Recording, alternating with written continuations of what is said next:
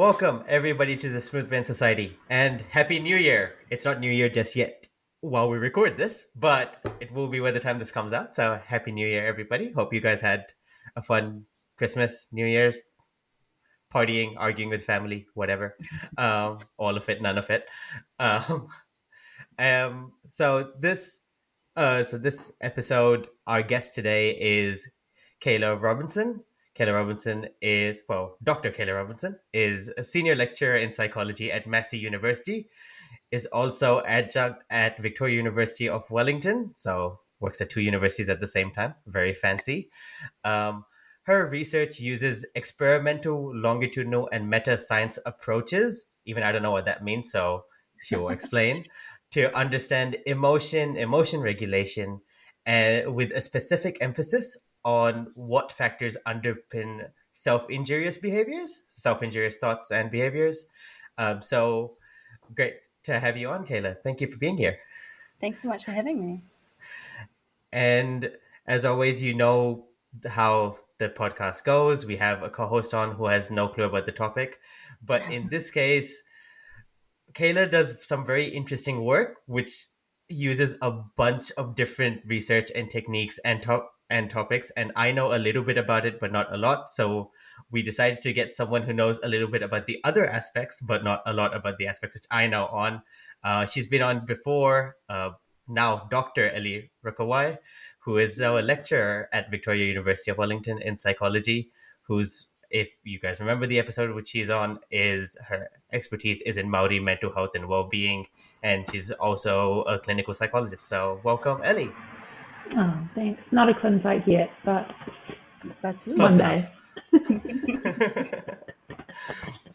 So yeah, thank you. How did you guys spend your New Year's? In Tauranga, I think. It's because it hasn't happened yet, not because you don't remember what happened. Yeah. Sign of a good New Year's, right? Awesome. All right, Kealagh, let's start with a little bit of a background, because I have mentioned that you do use quite interesting techniques to look at um, sort of sort of look at things in unorthodox ways, I would say. So could you give us a background into your how you got into your field of research and looking at self-injury and emotion regulation through sort of neuroscience techniques? Yeah, sure. So when I first started at uni, I was really drawn to kind of cognitive science ways of understanding the world. And so when I came to start doing research, I started working in labs in second year. I was doing a lot of kind of memory research, attention kinds of research, and I ended up working with Professor Gina Grimshaw on how we attend to emotional stimuli in our environment using kind of base or bench cognitive psychology techniques like response time and accuracy. And then I got to the end of the honours year, and as anyone who's done honours knows that that's a pretty hectic year, and I needed a bit of a break. And so, very conveniently for me, another research group that I was working for at the time, the lab manager and the postdoc, the postdoc who was the lab manager, had a baby. And so I took over parts of her role while she was on maternity leave, and absolutely fell in love with doing self-injury and suicide research in a community-informed and community-based way. So I had done some bits and bobs of self-injury research in undergrad, mostly because I thought quite arrogantly that I wanted to know why people self-injured, because when I was a young person in school, I had a close friend who self-injured, and I was kind of part of her support network and kind of went along to some of her therapy sessions as well. And at the time, I just remember being so scared and so worried about her, and just feeling like I was like holding a lot of like emotional weight. And so there was this kind of summer scholarship that came across my emails one day looking at how guidance counsellors in New Zealand respond to self-injury in schools using qualitative techniques, which is not something I know anything about. And I thought, oh, I need a job over summer, and I reckon it'd be interesting to figure out why people self-injure. Like, that's like a really interesting question to me, because we have all of these really strongly embedded kind of evolutionary reflexes to protect our body from harm, and then here we have a behavior where people are deliberately overriding those. So naively or arrogantly, I thought I'll spend 10 weeks over summer and I'll figure it out. Jokes on me, that was a decade ago and we still haven't figured it out. So yeah, when I was working with the youth wellbeing study, which is now called the social justice and social Social justice justice and well-being. social Jaws. justice and social yeah, cut this part. Jaws like the shark. Working for the youth Yeah. wellbeing study, which is head up by Professor Mark Wilson, I fell in love with the topic, and I fell in love with doing research where you could go out to people in the community. You could leave the university and talk to people about what's going on for them. I also had the amazing opportunity, as somebody who's not a clinical psychologist, to attend a clinical training focused on emotion regulation and group therapy that was run by Kim Gratz and Matt Tull, who are amazing emotion researchers, particularly emotion dysregulation and self-injury researchers, who ran a training about their therapy for guidance counsellors in New Zealand. And they started off with they started the training with some emotion psychoeducation around emotion in the body and things like that, which we can get into later.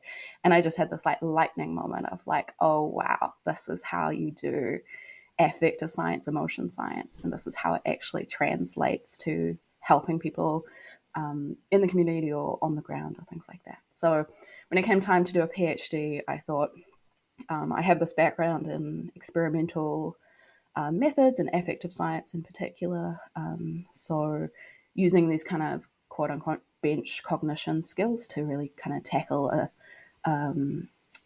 to tackle kind of understanding self-injury in a way that we can improve knowledge to be able to help people and better support people who self-injure. So it's a very long-winded kind of explanation, but it does mean that I kind of sit in between these two worlds, kind of sometimes comfortably, sometimes awkwardly, where I have kind of cognitive expertise, and I teach undergrad students cognitive psychology at Massey. So I'm very comfortable in that space. And then I also spend a lot of time working with social psychologists and clinical psychologists and ed psychs primarily out in schools and in universities, but people who spend a lot of time sitting with people who are really struggling at the moment. So that's where I kind of live. So it's really cool to have Ellie on, who I don't think she talked about it in her episode, but a lot of her PhD focused on non-suicidal self-injury, and Zahir as well, who actually taught when he was a first-year student, which makes me feel very old. Yeah, no, the film was ages ago, because when was that? That was Oh, for 2014? fuck's sake. Should I be saying it? Oh, Well, yeah. when you used to teach me. Yeah, well, I have another old ex student, I guess, who's now a practicing clinical psychologist, which is a career choice that takes a lot of years to train. And I went to his graduation, and he introduced me to his mum, which was very sweet. So Oh, now I teach the first years, so it's a population I care a lot about. So that's quite cool. Full that's circle moment. that's cute. I I think so. Wellington, for those who aren't from there, there's only literally like one sort of area you can go to when you're going out in town at night, and Where is I the s- story and going? I stopped going. I stopped going out when in PhD I was a tutor, and I was doing what Kayla used to do, which was like teach first years, and I remember bumping into one of my students going, "Oh, Sahir, what's up?" And I was like, "I'm never going out again. It's I know. done. That's it. This is when you know you're too old." Well, Except for Friday, 2 weeks from now. You're I know. definitely coming out then. Professor Mark Wilson, who has also been on the show, he was one of my PhD supervisors, but he's taught generations of first year students, including me. And he says that from time to time he gets free drinks at restaurants because, a lot of first year psychology students work in hospital. Right? That has Yeah. yet to happen to me, but I look forward to. If any of my students are listening, No, please, no, no. That did recommendation happen to me. It didn't make it any less weird. It did happen to me. I did get a free drink out of it. But no. Yes. I haven't had a free drink yet, but I've had multiple students be like, "Hey, Ellie," and I'm like, "Oh, oh no." Changing boundaries, eh? Yeah, actually, I ran into a student at a festival. Hmm. Yeah. He was really sweet. It was like he was like, "Oh, I'm really like, are you Ellie?" I was like, "Yeah." He's like, "Ellie Rookway." I was like, "Yeah, that's me," thinking it was someone from like high school. He was like, "Oh, you were my lecturer," and I was like, Oh, Oh. "Oh, that's cool." nice. But then he was like, "No, no, no, no, no. I'm sorry. I thought about not saying anything because I didn't want to make it awkward, but I just wanted to let you know that I really enjoyed your Oh, lectures." I was like, "Oh, bless. Okay, that's that's very fine." sweet. Yeah. So it's Funny. okay. Your lecturers are people too. Okay, your teachers are people too. We have lives. Especially when we're young. Yeah, we are young. Say it enough times, it will come through. um, Hey, I'm I younger than you both. I am young. Elliot told me that you can be rangatahi up until like 70. So I'm willing Yeah. to kind of take that um, kind of awesome. approach. You can be young in some ways and old in others, right? Okay, after that segue though, back back to Kelly's work. So yeah, you're talking about sort of being in both worlds. I will ask probably a bit more about the world I don't know about. So could you explain NSSI a little bit to me? So non-suicidal self-injury. I know Mark Wilson had touched upon it once upon a time, Right. Yeah, yeah. but yeah, if you Yeah, could so talk about it a bit more. non-suicidal self-injury, or I usually just say NSSI, goes by a bunch of other names. Often people might know it as self-harm. So this is a behavior where people are deliberately injuring their bodies, not because they want to die, but because often they're dealing with really overwhelming or unwanted feelings, and this is a behavior that helps them manage that. So that typically shows up in things like cutting or scratching or banging the body against hard surfaces. So yeah, it's a behaviour that about 18% of the population engage in. Which often, when I talk to people who aren't in this area, they're surprised by the prevalence of the behaviour. Actually, Mark and I have done some research, and I think he came on the podcast to talk about it with a large community sample of older New Zealand adults, so 18 to 71 plus. And we tend to find about 20% report having ever self injured in their lifetime. And in combination with some other kind of surveys of community folks, kind of suggests that New Zealand has a little bit higher rates of self injury compared to places like Australia, but particularly the US. So that's what NSSI is. A lot of my work is focused on self injury among young people, so adolescents from 13 to 18, out in schools. And when I was over in Western Australia as part of my postdoc, I kind of focused on slightly older adolescents, so emerging adults attending universities. And again, there we see around 20% self injure, with about 10% in the last year. Yeah. Big is because the prevalent rate is so high. Are there like many reasons? Not many reasons. Sorry, many behaviors which sort of are associated with it. Because Yeah. I feel like when you talk about self injury, generally we think about people cutting themselves. But Yeah. I feel like if 20% are doing it, you'd be able to see it, right? more than the number Yes. suggests? So this is an interesting question because we typically measure self-injury focusing on about 13 different most typical behaviors. So those are things like cutting, scratching the skin is the most common. And then there's behaviors such as like breaking bones, which are very uncommon in the population, probably less than 1%. But there's actually an ongoing conversation in the self injury field at the moment around kind of what are the bounds of self injury or kind of risky behaviors. So there's this really interesting discussion about whether or not deliberately being injured by other people counts, quote unquote, in our academic definition of NSSI. So this is things like going out deliberately to start fights with a person you know will punch you, for example. I've also heard of, from my clinical colleagues, of folks who are in like martial arts who will change their weight class deliberately for weigh-in and then be kind of underweight when it comes time for the fight, so they're more likely to be injured, or folks who deliberately throw a rugby tackle knowing that they'll kind of get pummeled pretty hard because they have the kind of skills to know what's going to happen in that situation. So it's kind of an ongoing conversation about whether those behaviors which cause injury but are kind of not direct in the same way count as self-injury. More generally in the literature, a lot of the work coming out of the UK doesn't typically distinguish between self-injury behaviors by the intent or what the person intends the behavior to have.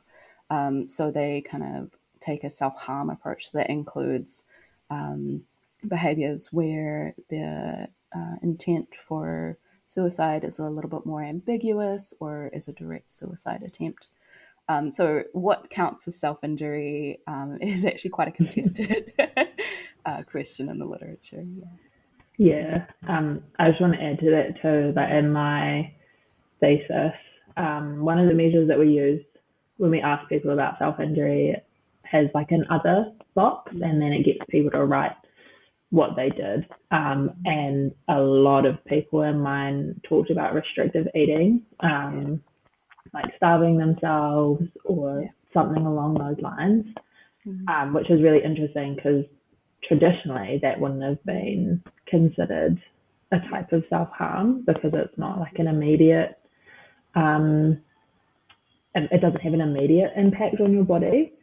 But yeah, so I thought that was really interesting, and that's something that I'm kind of keen on looking at a bit more. But also, there's some really cool stuff about self-injury and how Māori experience it. So Talia Kingi in 2018, I think, has been she finished her thesis, either 2018, 2019. She interviewed a whole heap of rangatahi about their self-injury, and some of them talked about like getting non-cultural tattoos as being self-harm because their family didn't like give their consent, and it was to harm their wairua, so not their physical being, but their like spiritual being. Trying to And think to of what the harm other. the whānau connection as well. Hey? Yeah. So like things like that, I think add to the complexity of like, well, what is self-harm? And I think I'm very much of the opinion that if the person who's self-harming thinks of it as self-harm, then we treat it as self-harm because people actually know themselves really well. Well, but I'm a methods nerd, so this is a really tricky, coming from cognitive Yeah. background, this kind of complexity ties my head in knots. Because the only way we know about somebody's self-injury is if we ask them and they tell us, right? So I agree with Ellie that the language that somebody uses to describe their behavior is the one that we should use. So if you work clinically, for example, and somebody talks about their cutting, then that's the best way to talk about that with a young person, even though that's not necessarily how I would describe it in kind of my academic world. But I have done some research on how we assess self-injury through self-report measures because it's worth kind of explicitly stating that self-injury is a really stigmatized behavior. A lot of people who self-injure are really worried that the folks that are important to them are going to think that they're kind of being attention-seeking or manipulative with their self-injury, and that's why they're self-injuring. And there is research that shows that folks who self-injure have really awful experiences, particularly a lot of this research is based in kind of healthcare settings of emergency departments or nurses or kind of mental health professionals more generally, kind of making really dismissive comments about people's self-injury. So it kind of puts people in this double bind where if they want to reach out and get support, they kind of have to overcome this. They have to find somebody safe that they can disclose to. So all of that kind of stigma is kind of going on in somebody's head or in their psychology when they come to answer my research questions about do you self-injure. And back when we started doing this research in 2012, going out into high school, well, when I came on board in 2012, when we were going out to high schools, one of our requirements of our ethics committee was that we had to ask a screening question about self-injury. So have you ever self-injured? For example, cutting, scratching, banging walls, because the ethics committee was concerned that if we showed young people a list of self-injury behaviours, that might make them, that might quote unquote plant ideas in their head. So there's kind of iatrogenic risk. That's a very reasonable concern, and this has been really well researched in self-injury, but also in kind of other mental health adjacent areas. And there's absolutely no evidence that asking about self-injury or suicide kind of increases the risk that that person will go on to experience suicidal ideation or to self-injure, things like that. But when you ask people about self-injury, obviously they're coming with all of their pre-existing ideas about what self-injury is, who self-injures. They might have concerns about what we're going to do with that information, if we're going to kind of give them involuntary treatment or kind of tell the school about their self-injury. And so there's some really interesting work that Mark and I did that looked at if you ask people in this kind of have you ever self-injured way versus here's a list of self-injury behaviors, have you ever done this? We actually get quite a lot of discrepancy. So it's about a third of people will say they have engaged in self-injury behaviors, but then they say, no, I've never self-injured. So they don't, and it's tricky to tease that apart. Is that because they're not kind of claiming that self-injury label for themselves? Is that they're concerned about the consequences of disclosing in a research setting? Or is it something completely else? So I think that's a really interesting and tricky research puzzle for us to tease apart around how we ask about self-injury and how we understand self-injury. Yeah, the self-injury behavior thing is pretty interesting because uh I can say from my personal experience that if I've gotten mad at someone or something, I've punched a wall. And if you tell me, have you ever done these behaviors, I'd probably tick, yeah, I've definitely punched a wall or two before. But most of the time it's because I'm being nice to that person who probably deserved to be punched. So but in in that regard, I I would probably be someone, if you just purely asked, have you partaken in these Mm. behaviors? I Yeah, and probably have, but is it I think necessarily that's the same? well, that's an open research question, right? And I would say that men are more likely to tick yes to one of the behaviours and then say no to the overall arching question, which maybe is kind of tied to this kind of idea that self-injury is something that young women who are sad do. Yeah. Um, and maybe they're not kind of, yeah, like I said, identifying with that label. Yeah. Yeah, There was something else I was I going to guess say. that was going to be my next question. Are there? I I feel like men would probably are less likely to say that they self-injure in general, but as far as rates go, is there any real difference in rates between men and women, boys and girls, depending on Well, the the ages? biggest gender difference is actually among gender diverse people and trans people. So we see much, much higher rates of self injury and kind of associated mental health challenges among gender diverse, intersex, and trans young people. In terms of young men and young women, young women tend to report slightly higher rates. They tend to start self-injuring a little bit younger. And then, so they might start at, say, 13, whereas like a young boy might start a little bit later, 14, 15. So by the time we get to university, that difference between men and women is much smaller than it is during adolescence. That with a large caveat that, like I've already kind of alluded to, the way that we ask about self-injury Hmm. really impacts the rates that we get, and also potentially is the way that we ask the question works differently for men and women. Yeah. But when you were talking about your experience punching walls, I think something that came up for me was that this behavior is really functional. Like people are doing this because it's helping them in that situation. And right at the top of the episode, we talked about how, or I talked about how self injury is often used to kind of deal with overwhelming or unwanted feelings. So that's often things like anger or kind of shame. Ellie can talk a little bit around some of the cool work she's done on whakama among rangatahi who self-injure. But another really kind of common form or function of self-injury is self-punishment. So this idea that I've done something really bad and I deserve to be punished. And so self-injuring helps me kind of meet that goal of self punishment, and then that makes me feel better because I've kind of worked through it. And I kind of see all of the functions of self injury. There's typically we measure about 13 as having as kind of linked around emotions. So, for example, another more kind of social function of NSSI is to kind of demonstrate toughness or show strength to those around you. Hmm. And again, like the self punishment, I think there's kind of big feelings going on around there as well. So I like obviously I'm biased because I focus on emotions, but I think there's a lot of emotions around self injury, and this kind of self injuring as a way to kind of reduce the kind of like intensity in your body, or to work through like shame or anger, or to kind of prevent yourself from doing something worse, like hitting somebody or kind of acting on suicidal ideation thoughts. They're all kind of tied up with big feelings as well, which is why I focus on the emotion side of things.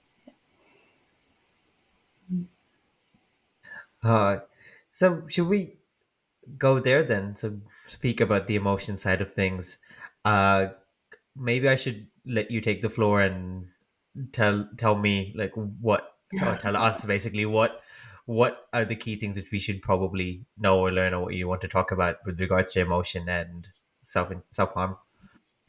Yeah, so like I was talking about earlier, I come from this kind of tradition of affective science or cognitive science, which sees emotions as this kind of symphony of physiological changes. So changes in your heart rate and your how sweaty your skin is, if you're blushing, for example, as well as the kind of subjective feelings. So we talk about feeling happy or feeling nostalgic or feeling embarrassed.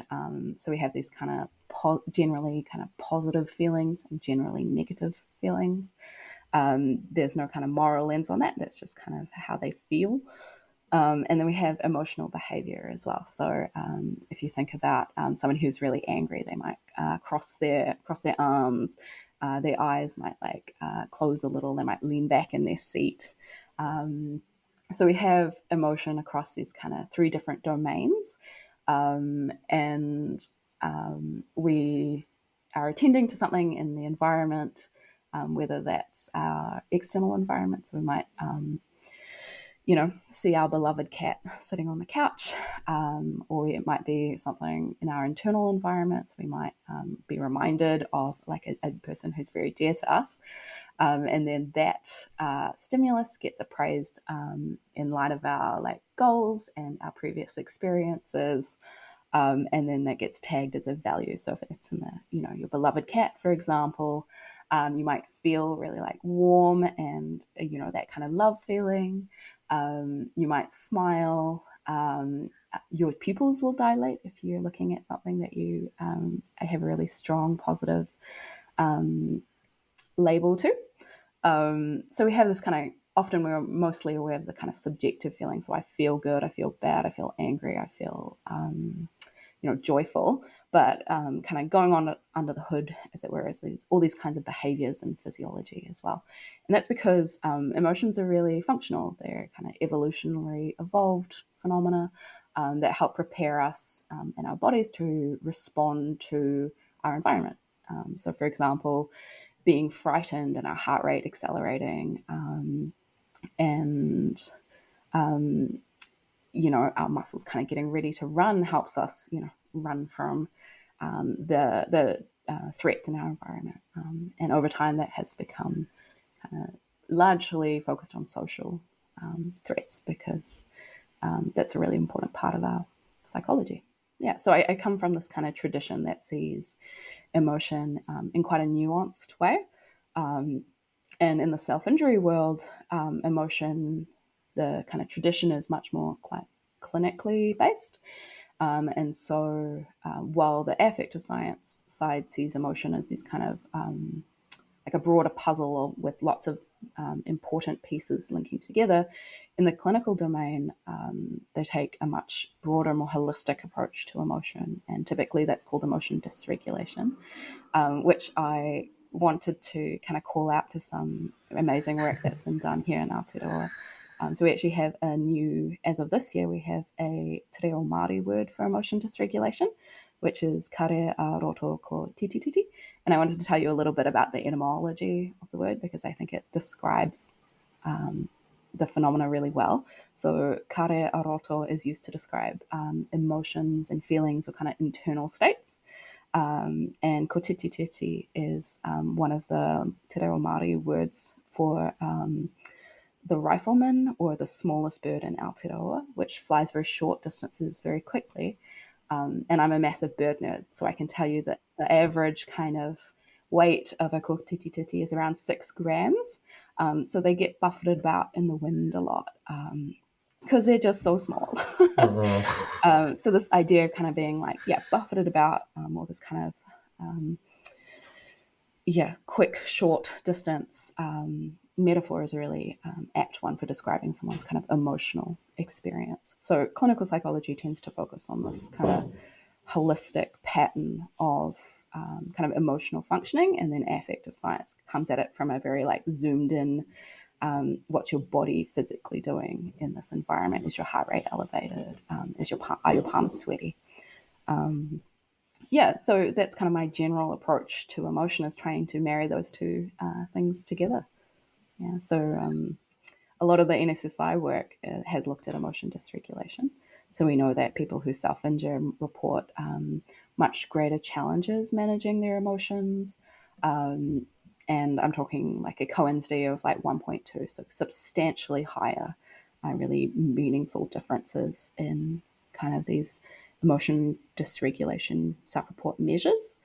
And so when I was reading the literature, emotions seem to come up again and again in self-injury worlds. And when you ask people about their self-injury, they often talk about the big feelings that are kind of going along with their self-injury, or that their self-injury is helping to manage.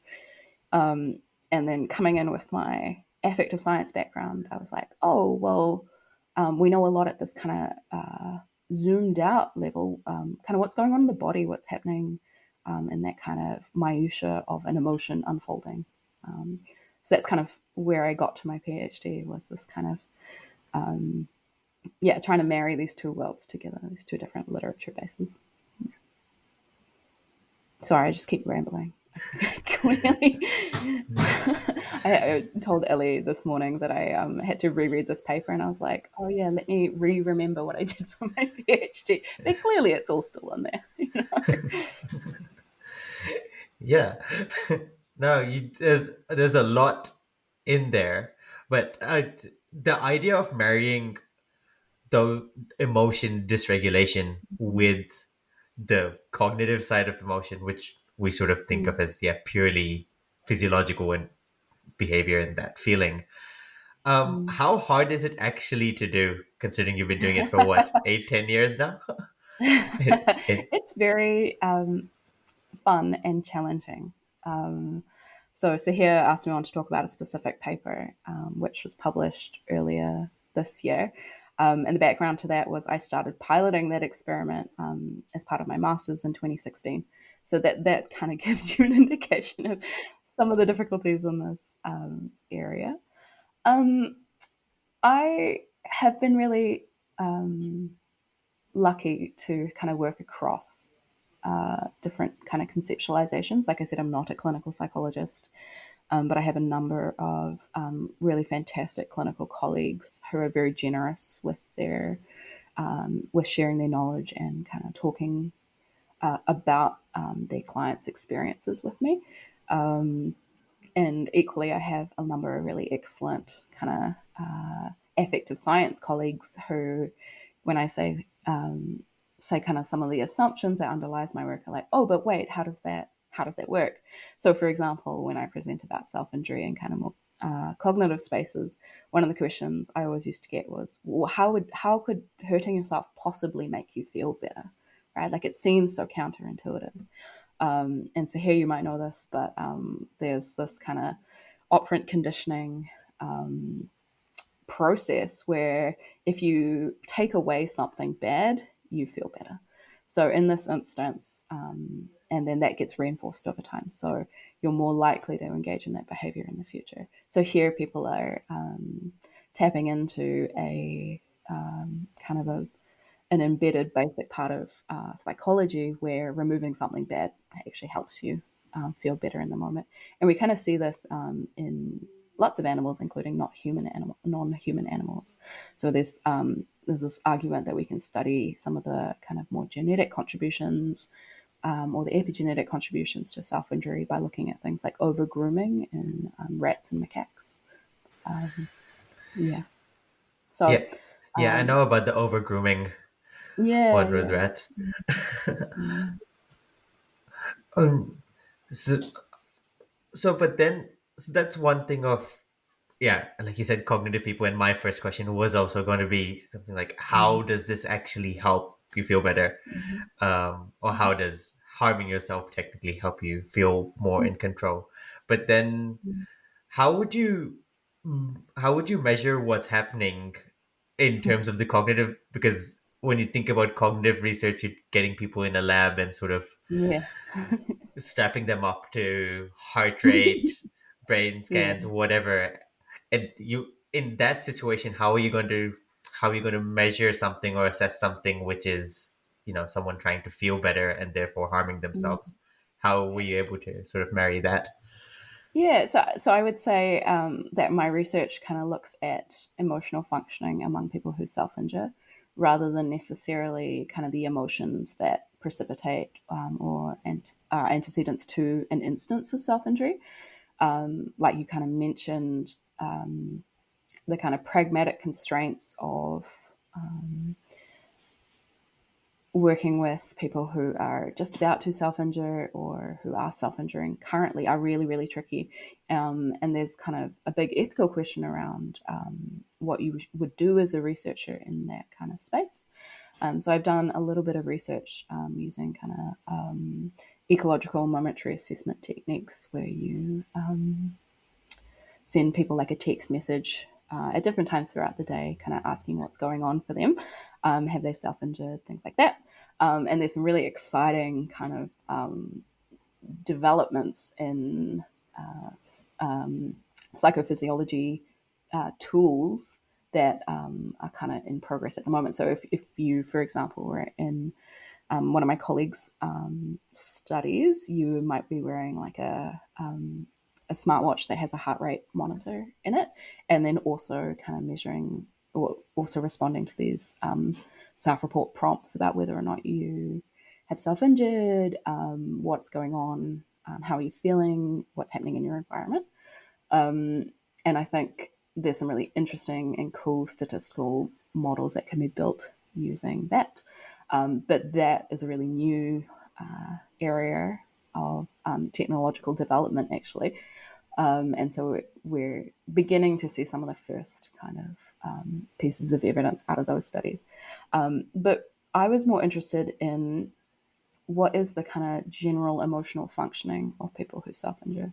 So across all of our theories of self-injury, there's this idea that because people are relying on self-injury as kind of one tool to help them manage overwhelming emotions, perhaps their emotions are more intense or they come on more strongly than others, or maybe they have less, they have developed less effective kind of immediate ways to help them manage those big emotions. So I'm talking about things like cognitive reappraisal, kind of changing the way that you think about the situation to change your emotional experience. So that's often like seeing the silver lining. So baked into kind of all of our theories is this kind of underlying assumption that there's something different happening in the kind of emotional process of people who self-injure. And so I was really interested in kind of looking at that idea for my PhD because, like I mentioned earlier, emotions are composed of lots of different domains. So you have the behavior, you have the physiology, and you have the subjective feeling. So one of the ideas I was trying to tackle was, is there something kind of at a physiological level where people who self-injure, their emotions are generated in their body more intensely. So maybe their body is more responsive to things going on in their environment, for example, than their peers. Or is it kind of happening more at the subjective level? So their kind of physiological responses kind of similar to people who don't self-injure, but the way that they're interpreting them is a little bit different, or they're interpreting them as more intense or less tolerable, or things like that. So you're right; it's quite tricky. So I spent most of the years of my PhD bringing volunteers and participants into one of the cognitive behavioural testing labs here at Vic, and wiring them up with lots of electrodes, and then creating an emotional challenge for them. So again, using the kind of more experimental, well, it was an experiment, using some of those affective science techniques where you create an emotional challenge, so you have more experimental control over a person's experience. So what I did was I used a component of a very well established stress induction, the Trio social stress test, which asks the part that I used asked participants to count backwards in intervals of 17 from 2020. And while you were doing that, I had I had 9 lovely Confederates. So a person wearing a white lab coat with a clipboard telling you to go faster, and giving you a very stern, assertive look because they're, I've told you that they're measuring your working memory and your intelligence. So as you can imagine, a pop math test is quite stressful, and in fact, the part that kind of carries the most stress is this kind of social element where you're struggling, and somebody's giving you very little, positive feedback. So they're not nodding, they're not, going or anything like that, which is really hard to do. I had participants like making jokes and just, like really counting on their fingers and becoming quite stressed. And my lovely, lovely Confederates had to sit there with this kind of poker face on and not kind of jump in and like this is very natural response to be like, it's okay. This is designed to be hard. So I created emotional challenge, and that works really well. That test is used around the world. It's like the gold standard for creating stress in the laboratory. And so I measured how people felt before, during the stress, and then I got them to rest for 5 minutes afterwards as well. So I asked them how they were feeling, and I was measuring their heart rate, and also how sweaty the palms of their hands were, so the electrodermal response as well. So that was a large amount of my life, kind of running participants individually through the session, and obviously doing that in a ethical way is really important to me. And so the test itself, I think, the experiment itself took about 40 minutes when you had all the questionnaires and the stressor and the debriefing and things like that. But I would actually book out an hour and a half because I had some really amazing conversations with young people as part of the debriefing process, where we talked about, okay, well, first, the math test isn't real. It's not a measure of intelligence. It's just a way that we create stress. Thank you so much. This is why we create stress in the lab. This is why we can't do it any kind of other way. And then talking a little bit about self-injury and other ways that young people manage stress, particularly in university environments. And I had some really excellent conversations with young people. I showed them around the cognitive and the neuroscience labs up here. I showed them the EEG chamber. And I think, I get really excited about methods and talking to young people and students about how these kind of cognitive science approaches can tell us things that we can then apply down the line to help people out. Yeah. So it was a large amount of my work life for many, many years. And I would say that as stressful as it was for my participants by design, and I'm very grateful for them, it was also very, very stressful for me because I would be waiting outside the door for the 5 minutes while my confederate was stressing my participant, being like, how is it going? Are they doing okay? Is everything fine? Because obviously participants have the right to withdraw their consent at any time. And that is something that I was really careful to highlight for them in the informed consent process, but also at each stage of the experiment, I asked them if they were willing to continue. And I had a few participants who were like, I'd like to stop now, which is amazing. And we would talk about, we kind of did the whole debriefing process there and have a conversation.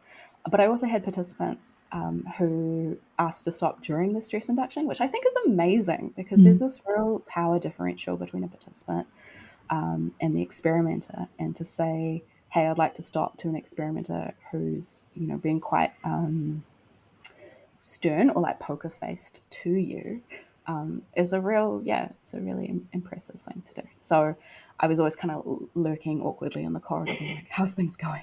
And then it's also hard to stress someone. Like it's a stressful thing for my confederate. So it was a lot of kind of checking in with them and seeing how that goes. But yeah, that's why they gave me a PhD, because it was quite hard.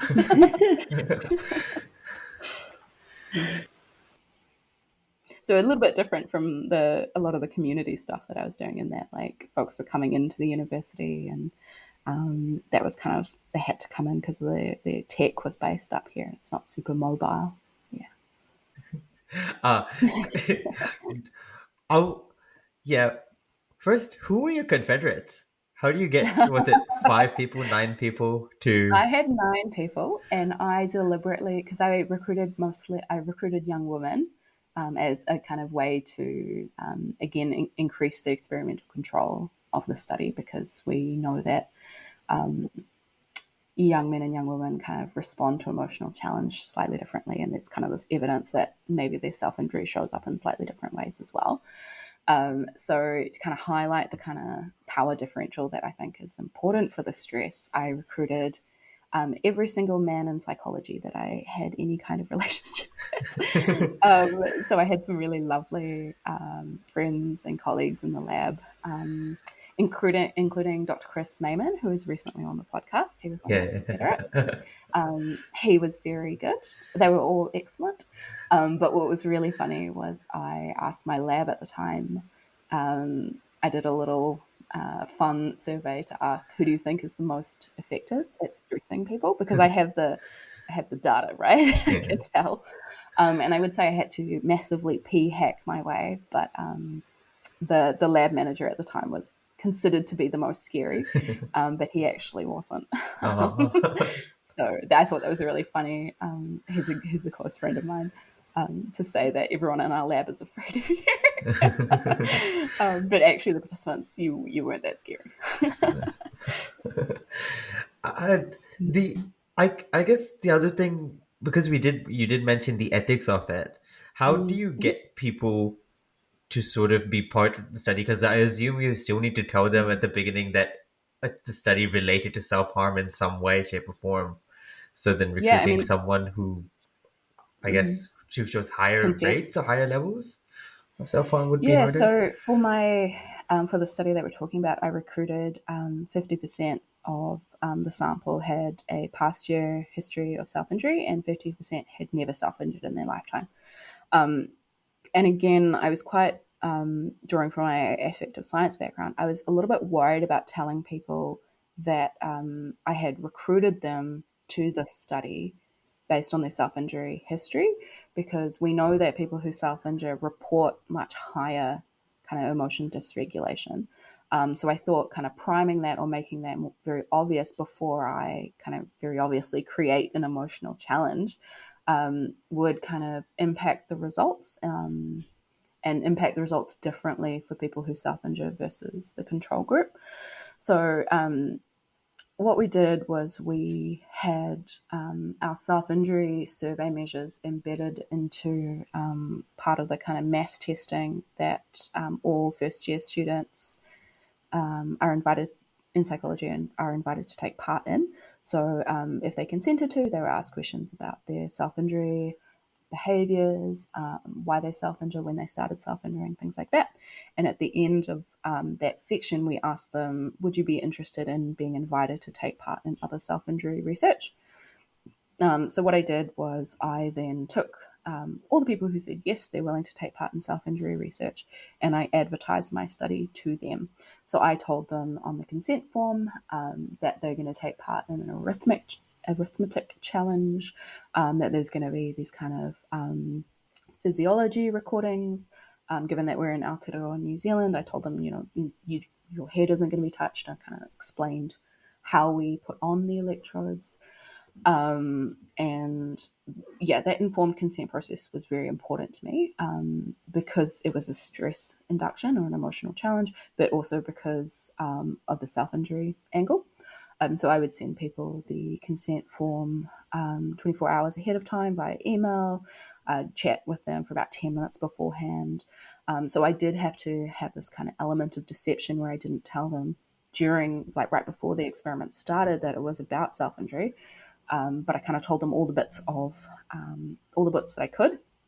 And then during the debriefing, we'd really talk about, we'd get rid of that. I'd explain that deception and I'd explain why it was important and things like that. Yeah. And again, that kind of emphasizing that participants can withdraw at any time. They still will get their credit. It doesn't impact, it's not a problem for my research or things like that. Really emphasizing that that's their right, and I really welcome that if that's where they're at. Yeah. I guess it's also the thing in the screening process. You had mentioned at the start that some people would be nervous with what you do with the information, what you do with the data. Yeah, If absolutely. Yeah. and do you feel as a researcher, if you see someone, if you come across a screening case where you think they probably should get help with it, you need help, how does it go then? Or what goes through your mind with anything else? Yeah, yeah. So we know that from kind of the scientific evidence that people who self-injure are usually self-injuring because there's lots of other challenges going on in their life. So people who self-injure report much greater anxiety, depression, challenges with kind of social relationships. And we also know that people who self-injure are at elevated risk of future suicidal ideation and suicide behavior. But what we don't know is at what point self-injury might be kind of clinically meaningful. And that's a bit of a kind of, again, an ongoing conversation. Self-injury is included in the DSM-5 as a condition requiring further study. So this is kind of an active area of clinical research. So I was really mindful that if I was going to break confidentiality, which is, sometimes a thing that needs to happen because you're worried about somebody's safety, that I would only do so in an instance where the information that I was receiving from the participant was kind of to a significant extent where it was meaningful clinically. And I relied a lot on my amazing clinical collaborators in that regard because that's outside of my expertise. So I didn't actually, for this study, I didn't pass on anyone to any kind of clinical support. And I think that's actually really important because people are signing up for a research study. They're not signing up for therapy or intervention. And I'm also not qualified to provide those things.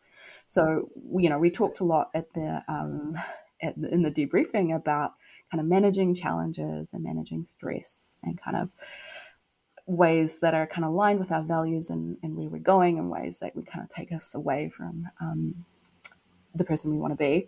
And all of my participants, as first year university students, we're navigating challenges. So every single student received a list of resources that are available to them in the community, and we could talk about if a person asked more about a specific resource. I was very happy to talk about that. But that was also one of the things that I was mindful of with working with my confederates, because most of my confederates were in kind of cognitive psychology spaces, and so this was the kind of first time they were really thinking about self-injury and how that might show up for people. So kind of sitting with them and debriefing afterwards, particularly if somebody had kind of like visible scarring or things like that, just kind of managing the distress that can create for experimenters, researchers. Yeah. So, so shall we move on to what you found then? If Yeah. you put these I poor mean, people, you made them do a math test, which is stressful at the best of times, but they came to you voluntarily and you put them through that. You yeah. you plugged all sorts of things to them to measure their heart rates and all. You bullied your friends into being Confederates. Um, and after all that, yeah, let's talk about what you found and what does it mean. Yeah, well, this is a very short answer. I found not much. Um, so I found that the participants who self-injured reported much higher difficulties managing their emotions than the control group. I found my math test was stressful, great, and I found that Didn't need much for my that. no, that was pretty well established. And that 5 minute resting period afterwards kind of helped people kind of reduce their emotions as well. So their heart rate decelerated, their palms got less sweaty, and they kind of reported less negative mood. I also found that the self-injury group came into my study reporting a little bit higher negative mood than the control group, which makes sense if you think about the fact that people who self-injure are often navigating lots of other challenges, right? So they might also be experiencing. I found that my NSSI group would report more mental health diagnoses than my control group, which is again consistent with the literature. What I didn't find is any kind of meaningful difference between my self-injury group and my control group in how they responded to the emotional challenge. So they felt the kind of change in their negative mood was very similar, how their heart rate changed was very similar, and how their subjective response changed as well, very not meaningfully different from each other. So that's kind of showing us that there's not anything different happening in the autonomic nervous system of how people are responding to emotional challenge, or at that kind of subjective level of how they're interpreting it.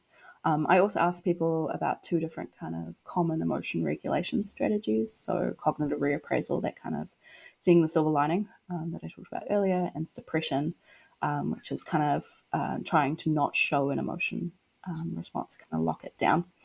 I found no difference in the strategies people used. I also followed up with a subset of the sample 2 weeks later about how they remembered feeling during the task. What I thought was quite funny is they remembered feeling more negative mood 2 weeks later than they reported at the time. So it kind of got worse in memory. And I think that's possibly because in that debriefing process, I talked about how the study was designed to be stressful and things like that. But again, I found no difference between the NSSI group and the control group and how that kind of emotional memory unfolded. So what does that mean exactly? It means that there's kind of this dissociation or difference between how people feel their emotion, how people evaluate their emotional functioning, and how they actually responded to a specific emotional challenge in a very controlled environment. And as with all kind of cognitive experimental research, the question is, okay, well, how ecologically valid is that? I created an emotional challenge in a very controlled situation. I made it really clear to participants that they could choose to quit at any time. They knew they were in a study. That's quite different from, a fight with your romantic partner, for example.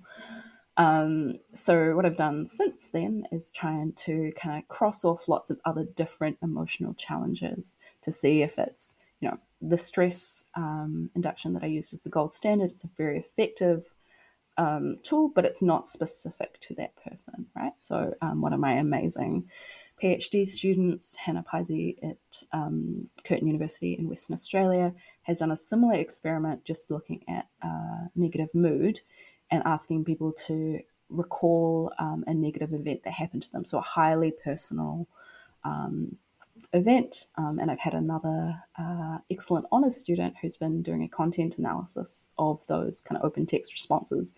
And so folks are talking about really, a wide range of things. So they're talking about interpersonal conflict at work. They're talking about death of a loved one. They're talking about, financial challenges, interactions with police, things like that. And again, we find that the emotional challenge, made people increase their negative mood, and that the NSSI group reported greater negative mood in general, but there's no difference in how they were responding to that task. So again, kind of showing that even in a really highly personalized emotional challenge, there's not a difference in kind of how the emotional process unfolds in a specific emotional instance. Which isn't to say that we should completely ignore the emotion dysregulation findings, because those are really robust, and we know that poor emotion dysregulation predicts the onset of NSSI over time. That was some of my master's research out in schools, tracking kids from year 9 to year 11. So kids who say it's hard for them to manage their emotions are at elevated risk of self-injuring a year later. And interestingly, it also goes back the other way. So if you self-injure a year later, you're more likely to say it's more difficult for you to manage your emotions, maybe because there's this kind of narrowing of regulation tools that you're kind of developing. And we know that some of our best therapies for NSSI are working because they're reducing emotion dysregulation.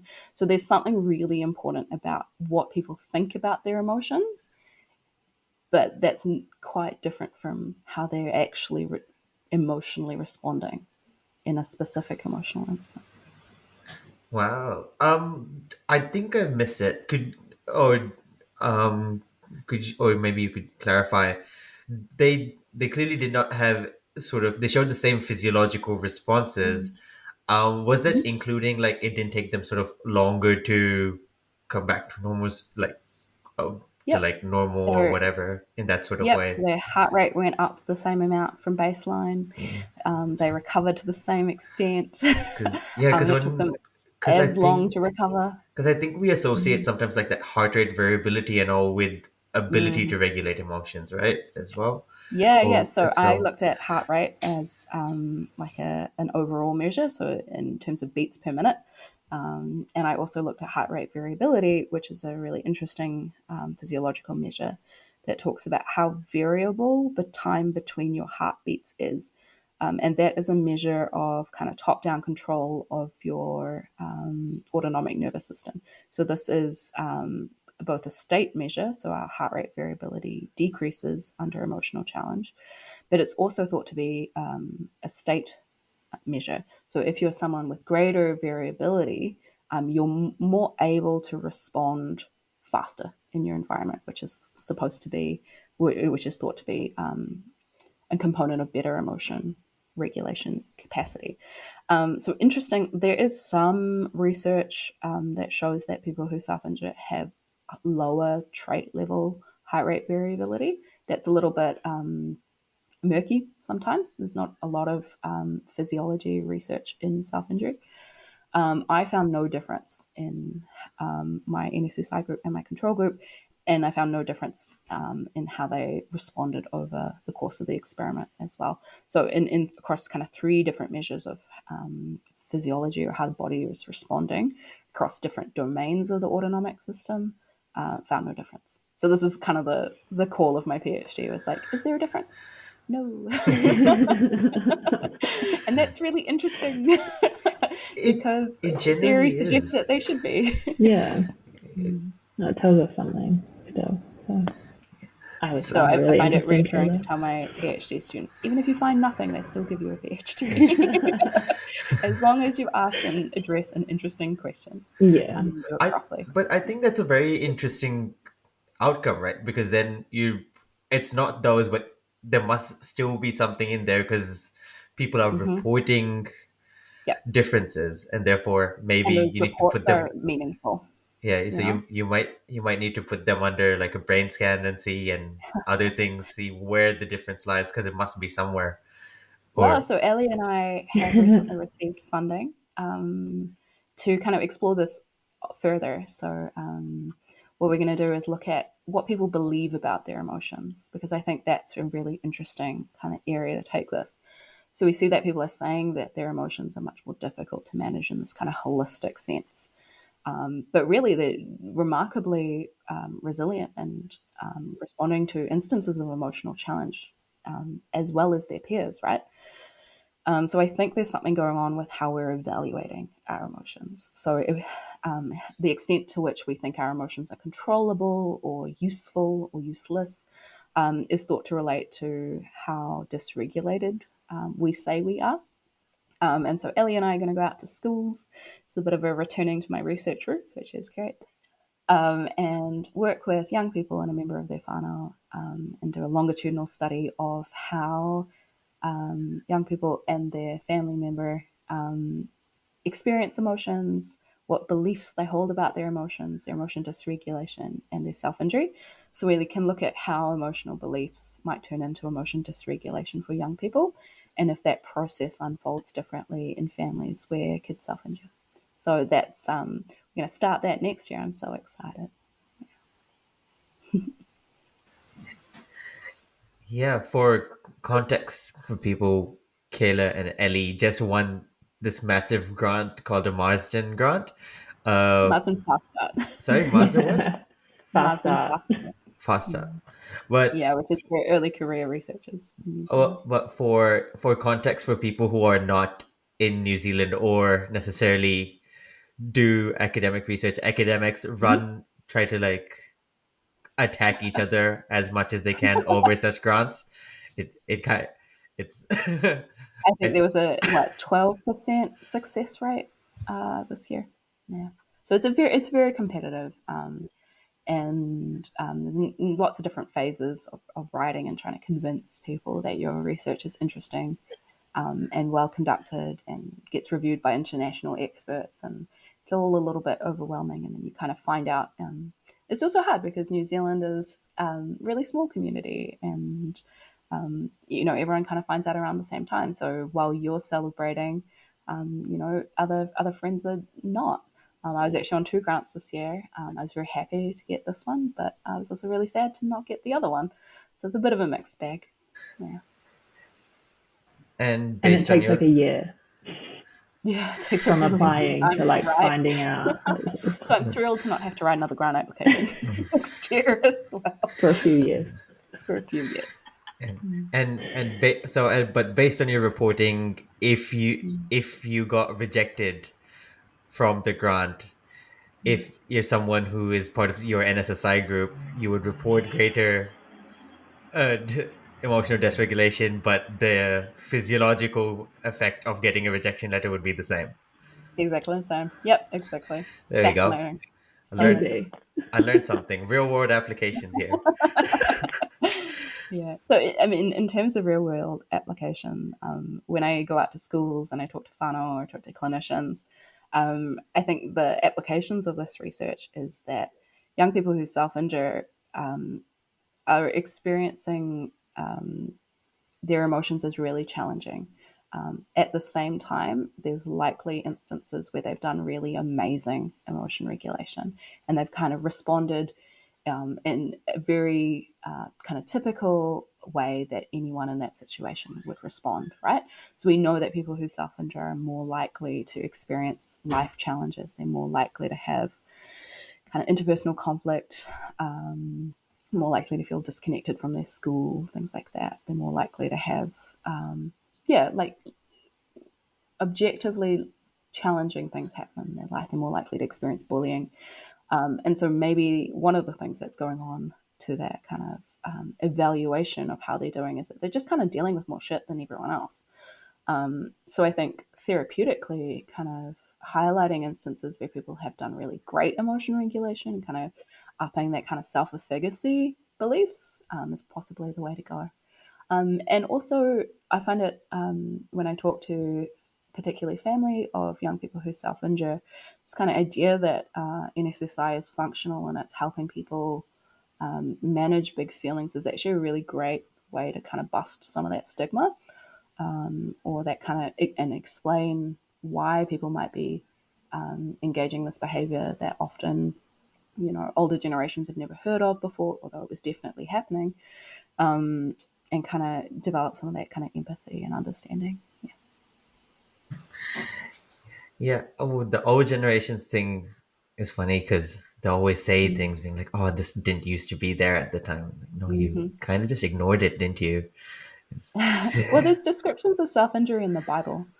Yeah, and Yeah, there's Ellie is probably the better person to kind of talk to about this, but within Wellington, there's an area of the landscape called Red Rocks and the rocks are red because of like a myth around self-injury or about self-injuring as a way to cope with emotional distress. So yeah, this is part of our, this is part of our yeah, fucked up, really. yeah. So for Māori, there was and probably still is a practice called kiri hai hai, which literally translates to lacerate the skin. And that was done under like extreme distress, at the loss of like a loved one or something.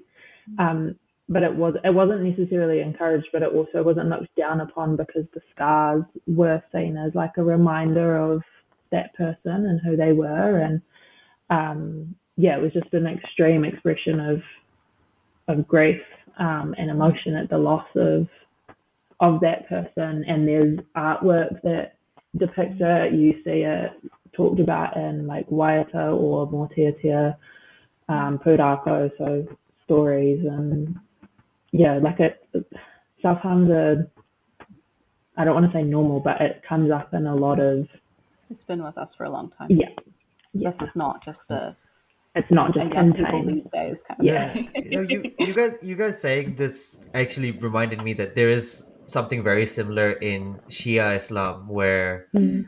the where the certain times of year where you sort of blade yourself on the chest and back to try to Mm. based on a story, which if I get into it's Mm. long, but it's the point of self injury being part of it.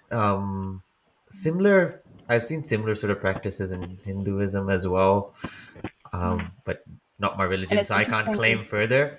But I've seen, like that. Not, I can see Yeah. the sort of practice. Maybe I'll get Pharaoh back on and she can explain. But Yeah. yeah, uh, And it's interesting. We were talking right at the top of the episode around definitions, but again, there's a big conversation about how these kind of culturally embedded practices, if they count as self injury or not, and what we can learn from these kind of cultural practices and what we can bring from particularly some of the biological kind of knowledge of self injury, how we can marry those together to better understand what's happening.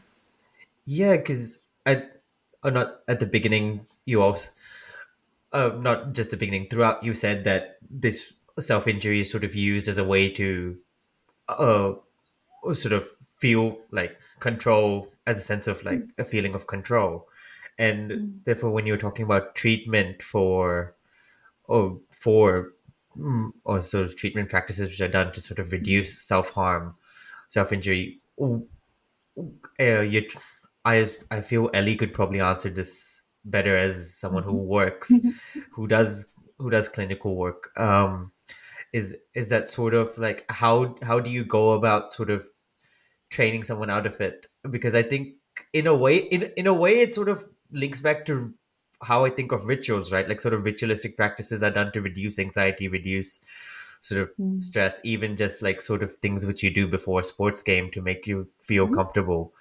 It's There's some really interesting work done by Dr. Sophie Hayward where she interviewed people who self injure. And one of her participants said that they would start every day by self injuring kind of preemptively as a way to kind of make it through the day. And that reminds me again of what you were saying around rituals and kind of, yeah, getting yourself prepared to go through like a big challenge. But Ellie, Ellie works with people, if you didn't know. So I'll leave her to answer this question. Not yet. I haven't yet, but next year probably. Um, I guess it's kind of. I think it's a bit mixed at the moment in how, like, what is the gold standard Mm. of working with young people who self-injure, and because there's the whole like, oh, rubber band and around your wrist and snap it, but that is just another form of Mm-hmm. self-harm, really. Yeah, and there's work that says that people who self-injure find that really invalidating. Yeah, Like, exactly. so Exactly. yeah. Or like, um, I've heard of, I don't know if this is like TikTok knowledge or not, but I'm pretty sure I've seen people who have been told to like, oh, put your hand in an ice bath or like Mm, things like that. And again, I can imagine that that's really invalidating for people. yeah. And also, like, if water's really, really cold, probably still a form of self harm of Yeah, some if you leave your kind. hand for long enough, Yeah. you will get So tissue damage. you can't just replace one form of self harm with another. That's not gonna work. So I think, yeah, a lot of what we focus on is the emotion dysregulation side, and teaching strategies around emotion regulation. And I had something that's gone. It's left my head. So Oh. the kind of gold standard at the moment is dialectical behavior therapy for adolescents or for adults. And there's some really interesting work around kind of embedding those skills more generally in schools and stuff. And I will provide here so with some resources if you're listening to this and you're like, oh, I'd love to know kind of some resources for where to go for support or just to kind of have in my back pocket if I come across this in my life. I'll link to some excellent work that's done by an organization called SIOS, which is run by researchers and people with lived experience of self-injury around sharing their stories of recovery and what helps them. I would say possibly controversially, but we know that self-injury is functional and is helping people. And for some people, self-injury is a way that they can work through intense feelings of suicidal ideation. And in that instance, from a kind of pragmatic perspective, I think taking away something that helps someone kind of manage is probably unhelpful in the long term. And again, it's kind of supporting people while they're self-injuring because a lot of people don't want to stop self-injuring, right? And so kind of working around what's going on, that's kind of creating the context for self-injury.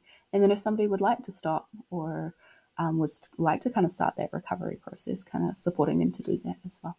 Again, I'm a big fan of kind of autonomy and using particularly lived experience perspectives kind of inform how we understand self-injury and particularly work with people who self-injure.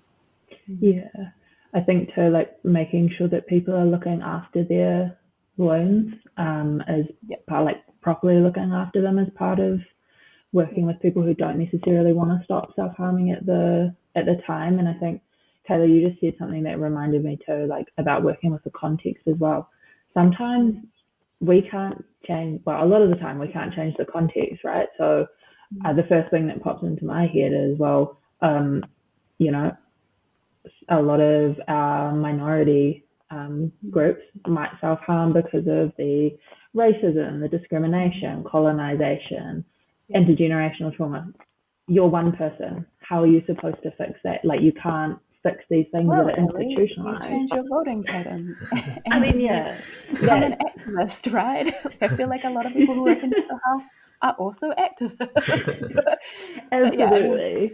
you do Like, what you can, right? yeah, you're working within these constraints, and as much as I would love to be like, fix colonization, Yeah. rewind, or we'll just make people not discriminatory or racist anymore, that's like not something that you can just change like that. It is something that takes time, and so yeah, you have to work with the person with where they're at, and also with where society is at, and working around developing coping strategies for when they encounter racism, discrimination, those kinds of things that provide them with an alternative coping strategy to self harm. Yeah. And I mean, DBT, one of the core goals is to build a life worth living, right? So it's that really holistic, big picture. Yeah.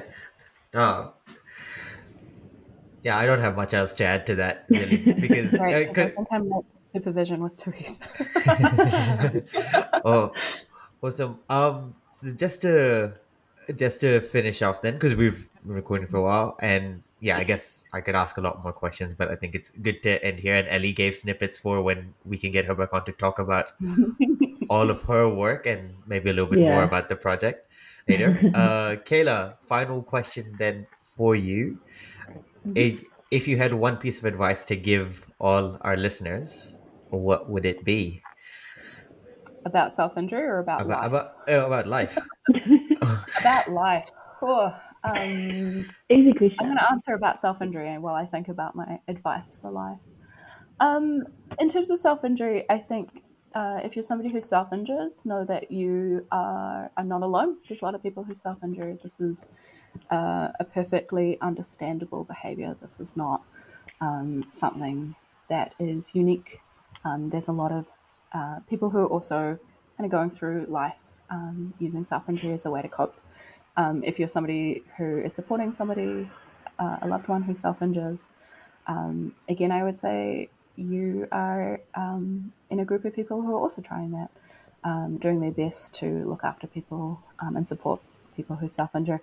And there's a lot of really great resources for how to sit in that quite difficult stage of life. And again, I'll pass those along to Sahir so you can link them at the bottom of the podcast. In terms of life, I mean, let's say, well, I'll be very cheesy. A lot about life is the connections that we make along the way, right? So Ellie and I probably has come through quite clearly. We know each other quite well. Ellie and I did PhDs in the same lab, and particularly in science, but I think in life in general, the community you have around you is what matters, and kind of making the time to prioritize that is important as well, which is also such a psychology answer. So there you go. It is, but it's a really good answer. So, thank you so much, Kaylee. Thank you so much, Ellie, for joining. Thank you, everybody who listened, who's listening, who got to the end. Uh, um, yeah. Now I need to. It's a new year, so I need to start plugging things again. So follow us on Instagram, on Facebook, on all at the Smooth Brain Society, on YouTube. Sign up to our Patreon. We've got a Patreon now. We have a patron. It's a new year. Make a resolution. Pay $3 a month, whatever it is. It could be going to a gym, but instead go give it to us. Be die happy and knowledgeable at a young age because you weren't fit. It's fine. But no, thank you so much. Like, follow, subscribe, all those things, and see you in the next episode. Take care.